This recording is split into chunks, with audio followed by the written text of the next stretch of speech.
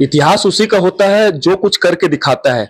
इसी के साथ अगर देखा जाए तो हमारे जो दुर्ग जिले में कई वरिष्ठ नेता भी हैं जो अपने संघर्ष से इस देश को और इस मिट्टी को सींचा है। उसी के साथ हम अगर बात करेंगे तो सबसे सीनियर नेता जो है डोमन लाल कुशवाहा जी होते हैं, जो राजगुरु भी है और साथ ही उनका वर्चस्व यहाँ पर सिर्फ संघर्ष में ही रहा है। उनसे हम बात करते हैं। गुरु जी, आपका स्वागत है। गुरु जी, बहुत बहुत धन्यवाद चैनल को।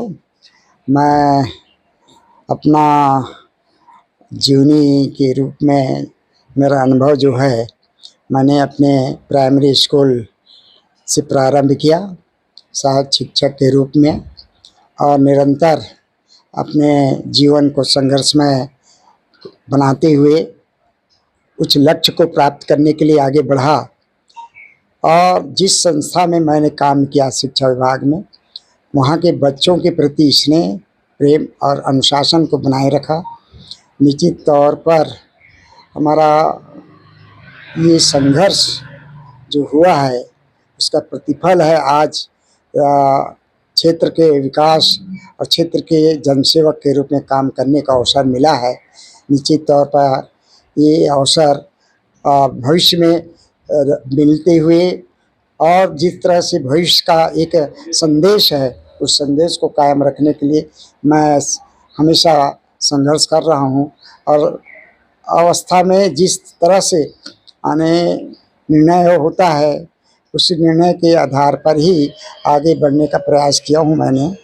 यही मेरा संघर्ष जीवन है। गुरुजी, जैसे कि ये भी आता है कि आप स्कूल लाइफ देखे होंगे जब आप टीचर रहे होंगे, तो आज तो वो समय नहीं रहा कि द्रोणाचार्य ने अंगूठा मांगा तो फिर अंगूठा दे दिए। ऐसे भी कई सारे जो छात्र थे, एकलव्य जैसे छात्र थे।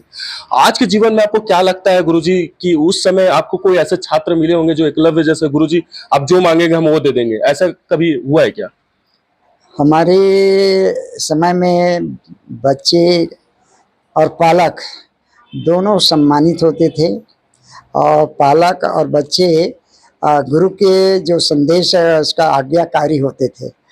अब वो शायद देखने को नहीं मिलता, ऐसा लगता है मुझे, क्योंकि जिस तरह से हमारा आज का जनरेशन जो हो रहा है पढ़ाई लिखाई में, और हमारे शिक्षक बंधुओं का भी जिस तरह से स्कूलों में अपना समय देते वैसा नहीं दे पाते, ऐसा मैंने महसूस किया है। और हमारे पुराने समय में गुरुओं का सम्मान थे। जब हम गलियों से निकल जाते थे तो वहाँ का अध्यापक हो या सरपंच हो, सब हमको प्रणाम के खड़ा होकर करते थे। आज वैसा नहीं है। आज सरपंच लोग या जो जनप्रतिनिधि वो चाहता है कि गुरुजी हमको नमस्कार करें। ये परिवर्तन हुआ है, और ये परिवर्तन निश्चित तौर पर अच्छी नहीं है। कुछ सकारात्मक सोच वाले भी रहते थे छात्र, कुछ नकारात्मक सोच वाले भी रहते थे।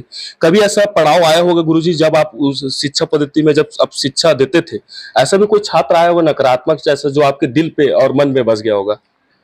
नहीं, मेरे कार्यकाल में हमारे जो बच्चे हैं पढ़ने वाले, उसमें से 100 में तो एक आध निकल ही जाते हैं, और अपना लाइफ जितना पढ़ना चाहिए उतना नहीं पढ़ पाते, उस दिशा को से भटक जाते हैं। ऐसे 100 में एक आध मिलते हैं। अभी तो मोबाइल पद्धति आ चुकी है। लोग अगर आधा से ज्यादा अगर देखा जाए 90%, क्योंकि लोग परिवार में ज्यादा समय नहीं देते, मोबाइल में ज्यादा समय देते हैं। गुरुजी इसको कितना देखते हैं, क्योंकि 5G का समय भी आ चुका है? समय का वातावरण दूषित है ऐसा तो मैं नहीं कहूँगा, क्योंकि मोबाइल के माध्यम से आज पूरा सिस्टम में परिवर्तन हो चुका है। यहाँ तक कि शिक्षा भी, पढ़ाई और लेखा जोखा इत्यादि हर चीज़ का उपयोग मोबाइल के माध्यम से हो रहा है। तो इसमें कोई अच्छे है, अच्छी बात भी है, कुछ कुछ बुरी बातें भी है। गुरुजी एक सवाल और जोड़ना चाहता हूँ। गुरुजी जैसे कि आप जैसे सीनियर है गुरुजी, अभी 76 के हो गए होंगे शायद। अभी 12 अगस्त को आप 77 के हो जाएंगे शायद। गुरुजी 76 हाँ 76 हो जाऊंगा मैं। गुरुजी अभी भी आप ऊर्जावान युवा जैसे लग रहे हैं। गुरुजी मेरा ये सवाल है कि आपके ऐसे कोई मित्र होंगे जो आपसे मिलते होंगे इस पड़ाव में, इस उम्र में? मेरे बहुत सारे मित्र भी हैं, सहयोगी भी हैं, और मेरे बैच में पढ़ने वाले विद्यार्थी आज भी हमारे गांव में हैं, और जब मैं जाता हूं यहाँ से तो अपने लोगों से मिलता हूं, मुझे अच्छा लगता है। हमारे एक दो साथी नहीं रहे हैं, जिसकी हमेशा हमें तो दुख और पीड़ा महसूस अकेले मजबूर कर दिया गया था। और ये अवस्था जो बना है वो देन है, हमारे माता पिताओं का आशीर्वाद है। उनके आदर्शों को मैं पालन करता हूँ, और उनके वो जो माता पिता ने मुझे जो संबल बांधा है, संबल दिया है, ताकत दी है, उसी के बलबूते पे आज मैं जिंदा भी हूँ और मेरा कार्य करने की क्षमता भी है। बहुत सारे चीज़ों को मेरी माँ ने कह दिया है, एक काम गलत है, एक काम सही है। तो एक उदाहरण बता रहा हूँ। मेरा पहला नियुक्ति पटवारी पे हुआ, तो मैं ज्वाइनिंग किया, और ज्वाइनिंग करने के बाद मैं वापस शनिवार रविवार के दिन मैं अपने घर गया माता जी के आशीर्वाद लेने के लिए। तो माता जी ने मुझे कहा वो पद छोड़ दो, और उसमें बद्दुआ मिलता है वो पद से। तो मैंने उसके आदेश का पालन किया और पटवारी पद मैंने छोड़ दिया।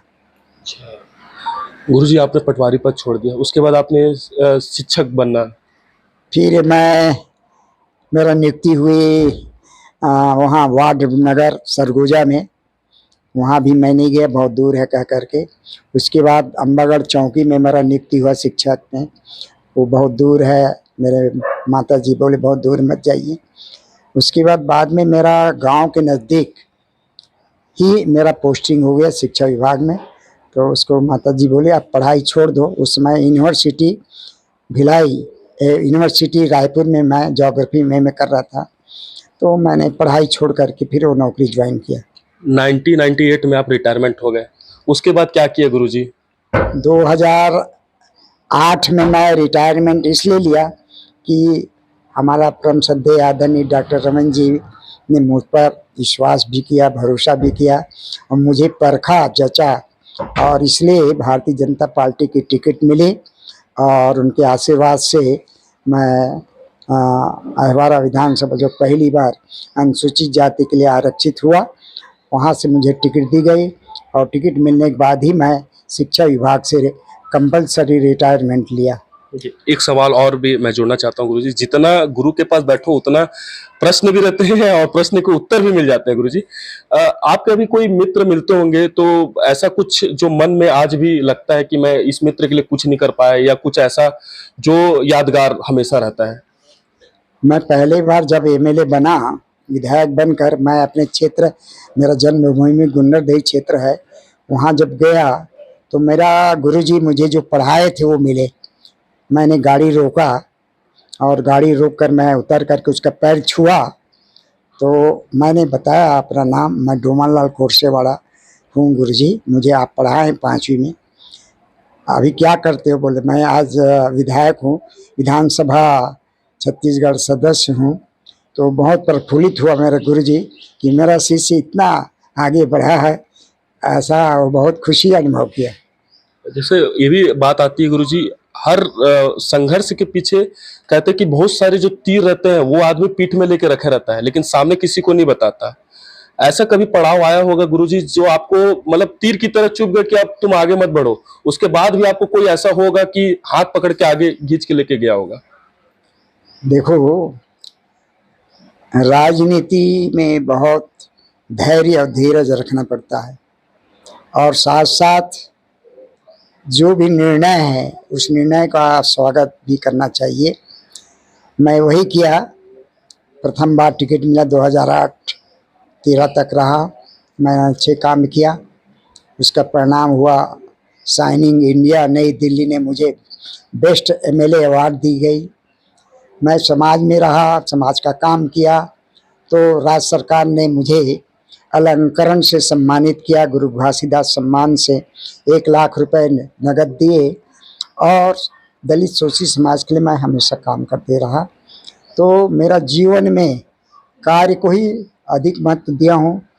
जिस क्षेत्र का मैं सेवक बन के काम करने का प्रयास किया, तो जनता का दिल जीतने का प्रयास किया, कार्यकर्ताओं का दिल जीतने का प्रयास किया, और आज 10 साल अंतराल के बाद मुझे फिर से विधानसभा का टिकट मिला और जनता कार्यकर्ताओं सबका सहयोग आशीर्वाद से फिर से पुनः सेवा का अवसर मिला है। ये मेरे लिए धरोहर है, ये मेरी पूंजी है, तो यही पूंजी मेरा जीवन में काम आएगा। गुरुजी बाटी आटी खेले कि नहीं खेले उस समय? मैं बाटी खेलता था तो फेल हो जाता था। मैं बाटी में खेलता था तो जो तुक्का मारने का था वो नहीं पड़ता था। डंडा गिल्ली खेला हूँ तो मेरे मामा जी थे, ठीक है, आप चाहे कि आपने बात छेड़ दी है, तो हमारे मामा पंडित बिसवा दास जी है, वो आज दुनिया में नहीं है। उनका काम था गिट्टी भौरा बाटी जो खेलने वाले थे चुपके से आते थे और सारे चीज़ को पकड़ लेते थे, भौरा को छीन लेते थे, गिट्टी ले लेते, तो उसको देख करके हम लोग सब भागते थे, दौड़ते थे, नहीं खेलते थे। और इस तरह से उसने खेलने के बजाय पढ़ने के लिए विशेष ध्यान देने का प्रयास किया और उनके बदौलत ही हम लोग आज इतनी ऊंचाई तक पहुंचे हैं। गुरुजी कभी ऐसा हुआ होगा कि आपका कोई चीज कोई चोरी कर लिया हो और बहुत परेशान हुए होंगे उस समय में बचपन में, और आप उसका पीछा कर रहे हो, नहीं हुआ तो फिर घर में बताए होंगे, ऐसा कभी हुआ होगा? एक ऐसा घटना भी हुआ है।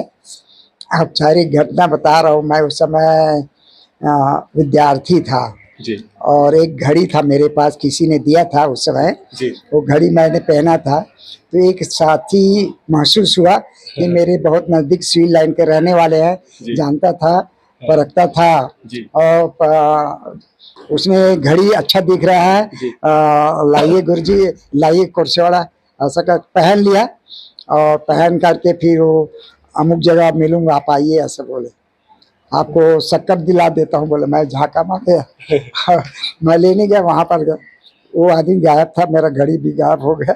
उस दिन से मैं कान पकड़ लिया, किसी को कुछ नहीं देना है कि भरोसा कम करो। अच्छा, भरोसा कम करो। तो गुरुजी उसको पकड़े नहीं, पीटे नहीं गुरुजी? नहीं, वो फिर वो आया ही नहीं, कहाँ गया पता नहीं चला। पता ही नहीं चला गुरुजी? नहीं, छोड़ दिया, किसी एक ऑफिसर का भाई था वो।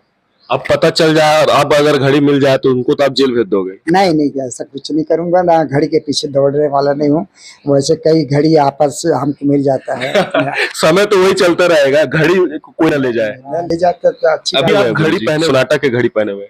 ये अब मुझे पहनाया गया है। अच्छा। मैं अभी विधायक बना तो मेरे गिफ्ट दिया ये। वहाँ कहीं वही मित्र तो नहीं थे जो गिफ्ट बैठे हैं आप लोग, सब गिफ्ट है मेरा ये। मैं बहुत कुछ चीज, ये कपड़ा पहना हूँ वो भी गिफ्ट है।